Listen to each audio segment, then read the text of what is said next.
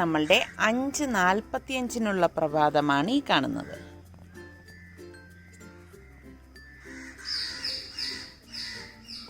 എല്ലാവർക്കും സലു കിച്ചണിലേക്ക് സ്വാഗതം. ഞാൻ സമീറ. അപ്പൊ ഇന്ന് ശനിയാഴ്ച ആയതുകൊണ്ട് തന്നെ ഇവരെല്ലാം വീട്ടിലുണ്ട്. അപ്പോൾ വീട്ടിലുണ്ടെന്ന് പറഞ്ഞാൽ ഓൺലൈൻ ക്ലാസ് ഇന്നില്ല. അപ്പോൾ സുൽത്താൻ എൻ്റെ അടുത്ത് പറഞ്ഞു, സുൽത്താൻ ഇഷ്ടമുള്ള റെസിപ്പി ആയിരിക്കണം ഇന്ന് ചെയ്യണതെന്ന്. അപ്പൊ ഞാൻ നല്ലൊരു റെസിപ്പി മനസ്സിൽ കണ്ടിട്ടുണ്ട്. എന്തായാലും അത് നിങ്ങൾക്ക് എല്ലാവർക്കും ഇഷ്ടമാവും. അപ്പൊ നിങ്ങൾ നോക്കുക, ഇഷ്ടപ്പെടാണെങ്കിൽ നമ്മളുടെ ചാനൽ സബ്സ്ക്രൈബ് ചെയ്യാൻ മറന്നു വരുത് കേട്ടോ. രാവിലെ മുതലേ ഭയങ്കര സന്തോഷം നടക്കുന്ന ഒരാള്. എനിക്ക് ഭയങ്കര സന്തോഷമുണ്ട്. കാരണം എൻ്റെ നല്ല ഒരു സുഹൃത്തായ നമ്മളുടെ യൂട്യൂബ് ഫാമിലിയിലെ ലക്ഷ്മി മാമിന് 1 മില്യൺ സബ്സ്ക്രൈബേഴ്സ് ആയിരിക്കാണ്. ആണ് ശരിക്കും പറഞ്ഞാൽ എനിക്ക് കിട്ടിയ ആ ഒരു സന്തോഷം തന്നെയാണ് മാമിന് ഈ ഒരു 1 മില്യൺ ആയപ്പോ എനിക്കുണ്ടായ ആ ഒരു വികാരം. അപ്പൊ മാമിന് നമ്മുടെയും നമ്മളുടെ സലു കിച്ചൻ ഫാമിലിയുടെയും ആ ഒരു സ്നേഹവും സന്തോഷവും ഞാൻ ഇതിലൂടെ അറിയിക്കാണ്. ഇനിയും മാമിന് ഉയരങ്ങളിലേക്ക് വേഗം പോകട്ടെ എന്ന് നമുക്ക് പ്രാർത്ഥിക്കാം. അപ്പോൾ ഇന്ന് ഞാൻ ഉണ്ടാക്കാൻ പോകുന്ന റെസിപ്പി നിങ്ങൾ ട്രൈ ചെയ്ത് നോക്കിയിട്ട് എനിക്ക് ഫീഡ്ബാക്ക് തരണം കേട്ടോ. അപ്പൊ നമുക്ക് എങ്ങനെയാണ് അത് തയ്യാറാക്കുന്നതെന്ന് നോക്കാം. അപ്പൊ ഇതിന് വേണ്ടിയിട്ട് ഞാനിവിടെ 1 കിലോ ബീഫ് ഇതുപോലെ ചെറിയ പീസായിട്ട് കട്ട് ചെയ്ത് നന്നായിട്ട് കഴുകി ഡ്രെയിൻ ചെയ്തെടുത്ത് വെച്ചിരിക്കുകയാണ്. ആദ്യം നമുക്കിതൊന്ന് വേവിച്ചെടുക്കണം. ഞാനൊരു പ്രഷർ കുക്കർ എടുത്തിട്ടുണ്ട്. ഇതിലേക്ക് ഇനി 1.5 ടീസ്പൂൺ മഞ്ഞൾപ്പൊടിയും 3 ടേബിൾ സ്പൂൺ കാശ്മീരി ചില്ലി പൗഡറും. ഇതാവുമ്പോൾ അധികം എരിവൊന്നും ഉണ്ടാവത്തില്ല. ഇനി ഇത് ബീഫ് ആയതുകൊണ്ട് തന്നെ 1 ടീസ്പൂണോളം ഗരം മസാല പൊടിയും പാകത്തിനുള്ള ഉപ്പും ഇട്ടിട്ട് ഇതൊന്ന് മിക്സ് ചെയ്ത് കൊടുക്കാം. ഇതുപോലെ കൈ കൊണ്ട് മിക്സ് ചെയ്തെടുത്താൽ മതി. ഇതിലേക്ക് നമ്മൾ ഒട്ടും വെള്ളം ചേർക്കേണ്ട ആവശ്യമില്ല കേട്ടോ. കാരണം നമ്മൾ ബീഫ് വേവിച്ച് വരുമ്പോൾ ഈ ബീഫിൽ നിന്ന് തന്നെ ചാറ് ഊറി വരും. അപ്പം ആ ചാറ് അത് കഴിഞ്ഞ് നമ്മൾ വെന്ത ശേഷം നമ്മൾ വറ്റിച്ചെടുക്കുകയാണ് ചെയ്യുന്നത്. അപ്പം ഇത്രയും മതിയാകും. അപ്പം ഇനി ഇത് ഞാൻ കുക്കർ മൂടിയിട്ട് 2 വിസിൽ വരെ ഇത് വേവിച്ചെടുക്കും. 2 വിസിൽ കേട്ട് കഴിഞ്ഞ് ഗ്യാസ് ഓഫ് ചെയ്തിട്ട് ഇതിനുള്ളിലെ സ്റ്റീം എല്ലാം പോയ ശേഷം മാത്രമേ നമ്മൾ കുക്കർ ഓപ്പൺ ചെയ്തെടുക്കാവൂ. ഈ സമയം കൊണ്ട് ഞാനിവിടെ ഇതുപോലെ 2 വലിയ പീസ് ഇഞ്ചി എടുത്തിട്ടുണ്ട്. അതുപോലെ തന്നെ ഒരു 4 ഉണ്ട വെളുത്തുള്ളി അല്ലി എടുത്തിട്ടുണ്ട്. അപ്പോൾ ഇതൊന്ന് ക്ലീൻ ചെയ്ത് കട്ട് ചെയ്തെടുക്കാം. അപ്പോൾ ഇഞ്ചി കുറച്ച് കൂടുതൽ വേണം കേട്ടോ, എങ്കിലേ ഈ ഒരു അച്ചാറിന് ടേസ്റ്റ് ഉണ്ടാവത്തുള്ളൂ. ഞാനിവിടെ വെളുത്തുള്ളി അല്ലിയും ഇഞ്ചിയും എല്ലാം നന്നായിട്ട് ക്ലീൻ ചെയ്ത് എടുത്ത് വെച്ചിരിക്കുകയാണ്. അപ്പം ഞാൻ വെളുത്തുള്ളി അല്ലി ചെറുതായതുകൊണ്ട് തന്നെ കട്ട് ചെയ്യുന്നൊന്നുമില്ല, ഇതുപോലെ തന്നെ ഇടാണ് ചെയ്യണത്. വലുതാണെങ്കിൽ മാത്രം നമ്മൾ 2ആയിട്ടോ 4ആയിട്ടോ കട്ട് ചെയ്തെടുത്താൽ മതി. ഇഞ്ചി നമുക്ക് ഇതുപോലെ തന്നെ കട്ട് ചെയ്തെടുക്കാം. ഞാൻ ഇഞ്ചി ഇതുപോലെ നീളത്തിലാണ് അരിഞ്ഞെടുക്കുന്നത്. ശരിക്കും ഈ അച്ചാറിലൊക്കെ നമ്മൾ ഇഞ്ചിയും വെളുത്തുള്ളിയൊക്കെ കിടക്കുമ്പോൾ അത് കഴിക്കാൻ ഒരു പ്രത്യേക ടേസ്റ്റാണ്. വെള്ളത്തിൻ്റെ അംശം ഒട്ടും നമ്മൾ അച്ചാറിടുന്നതിൽ വരാൻ പാടില്ല. അങ്ങനെ വന്നു കഴിഞ്ഞാൽ അത് പെട്ടെന്ന് പൂത്തുപോകും. ഇഞ്ചി ഞാൻ ഇതുപോലെയാണ് എടുത്തിരിക്കുന്നത്. കുക്കറിൽ 2 വിസിൽ കേട്ട് കഴിഞ്ഞ് ഞാൻ ഗ്യാസ് ഓഫ് ചെയ്ത് കൊടുത്തിട്ടുണ്ടായിരുന്നു. ഇപ്പോൾ ഇതിൻ്റെ സ്റ്റീമൊക്കെ പോയിട്ടുണ്ട്. നമുക്കിത് തുറന്നു നോക്കാം. ഞാൻ പറഞ്ഞില്ലേ ഇത് ബീഫിൽ നിന്ന് തന്നെ ചാറ് ഊറി വരുന്ന. അപ്പം നമുക്ക് ഗ്യാസ് ഓൺ ചെയ്ത് ഇതൊന്ന് വറ്റിച്ചെടുക്കണം. ഇതിപ്പോൾ ഞാൻ വറ്റിച്ചെടുത്ത ശേഷം ഇതുപോലെ ഒരു ഡ്രൈനറിലേക്ക് ഇട്ടിരിക്കുകയാണ്. എന്തെങ്കിലും വെള്ളത്തിൻ്റെ അംശം ഉണ്ടെങ്കിൽ മാറാനാണ്. ഇനി നമുക്ക് ഇതിപ്പോൾ ഇതേ എല്ലാം ഡ്രെയിനായി ഇരിപ്പുണ്ട്. ഇനി നമുക്കിതെങ്ങനെയാണ് തയ്യാറാക്കുന്നതെന്ന് നോക്കാം. ഞാനിവിടെ ഒരു ഇരുമ്പ് ചട്ടി അടുപ്പത്തേക്ക് വെച്ചിട്ടുണ്ട്. എന്നിട്ട് ഞാനിത് ഫ്രൈ ചെയ്തെടുക്കാൻ പാകത്തിനുള്ള ഓയിൽ ഒഴിച്ചു കൊടുക്കാം. 2-3 ബാച്ചായിട്ടാണ് ഞാനിത് ഫ്രൈ ചെയ്തെടുക്കുന്നത്. എണ്ണ ഇവിടെ ചൂടായിട്ടുണ്ട്. അപ്പോൾ നമ്മൾ ഈ ഡ്രെയിൻ ചെയ്ത് വെച്ചിരിക്കുന്ന ബീഫ് ഇതിലേക്ക് ഇട്ടിട്ട് ഫ്രൈ ചെയ്തെടുക്കാം.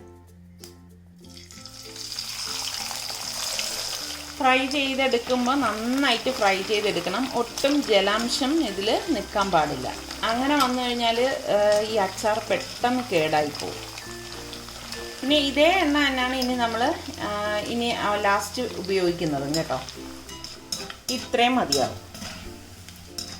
നന്നായിട്ട് ഫ്രൈ ആയി വന്നിട്ടുണ്ട്. നമുക്കിനി ഇത് എണ്ണയിൽ നിന്ന് മാറ്റാം.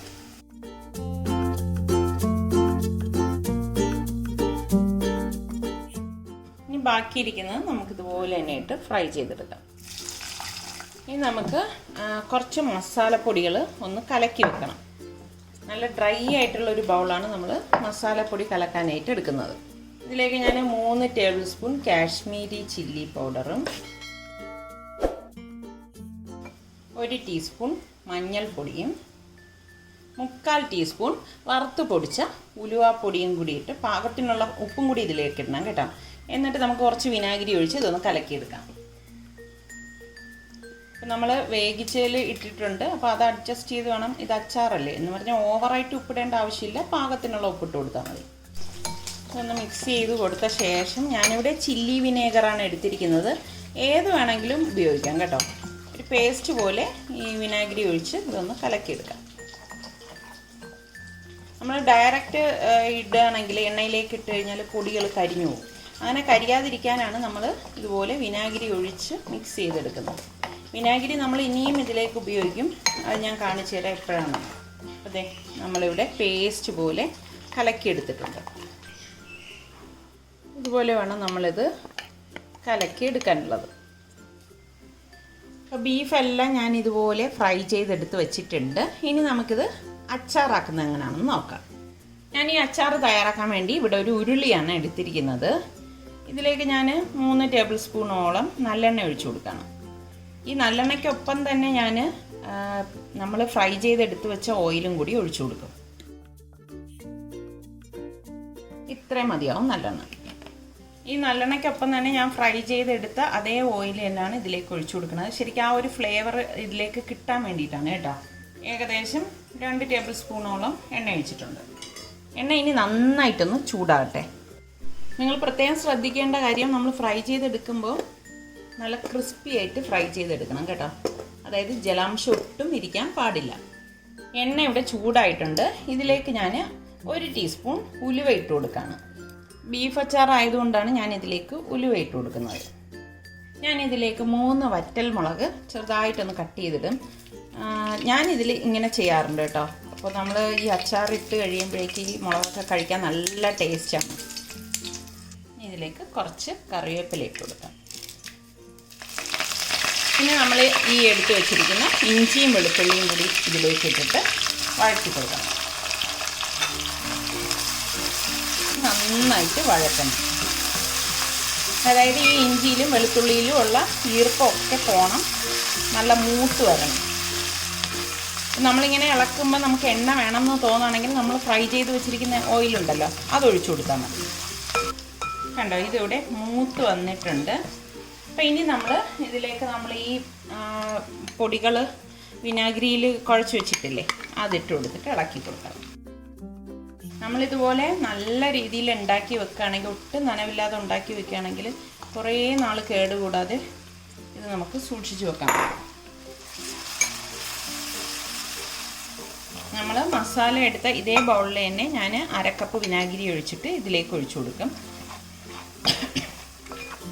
ഇതൊന്ന് മൂത്ത ശേഷം മാത്രമേ ഞാൻ ഒഴിച്ചു കൊടുക്കത്തുള്ളൂ.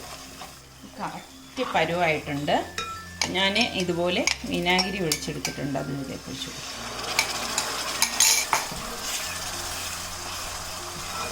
നമുക്ക് ഈ ഫ്രൈ ചെയ്ത് വെച്ചിരിക്കുന്ന ബീഫ് ഇതിലേക്ക് ഇട്ടിട്ട് ഇളക്കി കൊടുക്കണം.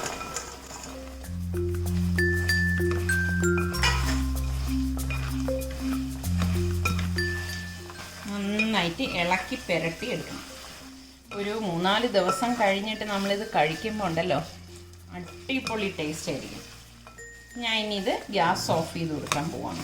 കുറച്ചുകൂടി നമ്മൾ ഗ്യാസ് ഓഫ് ചെയ്ത് കഴിഞ്ഞ് കുറച്ച് കഴിയുമ്പോഴേക്ക് ഇതെല്ലാം നല്ല പെരണ്ട് നല്ല കറക്റ്റ് പാകത്തിനിരിക്കും. ചോറിന് ഒരു കറി ഇല്ലെങ്കിലും നല്ല മോര് കറിയും 2 പീസ് അച്ചാർ മാത്രം മതി, അടിപൊളി ടേസ്റ്റ് ആയിരിക്കും. അതേ നമ്മളുടെ ബീഫ് അച്ചാർ ഇവിടെ നന്നായിട്ട് തണുത്തിട്ടുണ്ട്. ഇനി നമ്മൾ കഴുകി നന്നായിട്ട് തുടച്ചെടുത്ത് വച്ചിരിക്കുന്ന കുപ്പിയിലേക്ക് ഇത് മാറ്റാം. വളരെ പെട്ടെന്ന് തന്നെ നമുക്ക് തയ്യാറാക്കിയെടുക്കാൻ പറ്റുന്ന ബീഫ് അച്ചാർ ഇവിടെ റെഡി ആയിട്ടുണ്ട്. ഇത് ശരിക്ക് കറികളൊന്നും ഇല്ലെങ്കിലും ഈ ഒരു അച്ചാർ മാത്രം മതി നമുക്ക് ചോറിന് കഴിക്കാനായിട്ട്. അപ്പം ഇതിപ്പോൾ ഇവിടെ 2 ദിവസം കൊണ്ട് തന്നെ കഴിയും കേട്ടോ. ഇത് ഒരാഴ്ചയൊക്കെ വെച്ചിരുന്ന ശേഷം എടുത്ത് കഴിച്ചാലുണ്ടല്ലോ അടിപൊളി അടിപൊളി ടേസ്റ്റ് ആയിരിക്കും. അപ്പൊ നമ്മളുടെ സലു കിച്ചൻ ഇനിയും സബ്സ്ക്രൈബ് ചെയ്യാതെ കാണുന്നവരുണ്ടെങ്കിൽ നിങ്ങൾക്ക് നമ്മളുടെ ചാനൽ ഇഷ്ടപ്പെട്ടാൽ സബ്സ്ക്രൈബ് ചെയ്യാനും അതിന്റെ ലിങ്ക് ഫ്രണ്ട്സിനൊക്കെ ഷെയർ ചെയ്യാനും ഒന്നും മറന്നു വരുതേ. അടുത്തിനി നമുക്ക് നല്ല റെസിപ്പിയുമായി വരുന്നത് വരെ എല്ലാവർക്കും ബൈ ബൈ.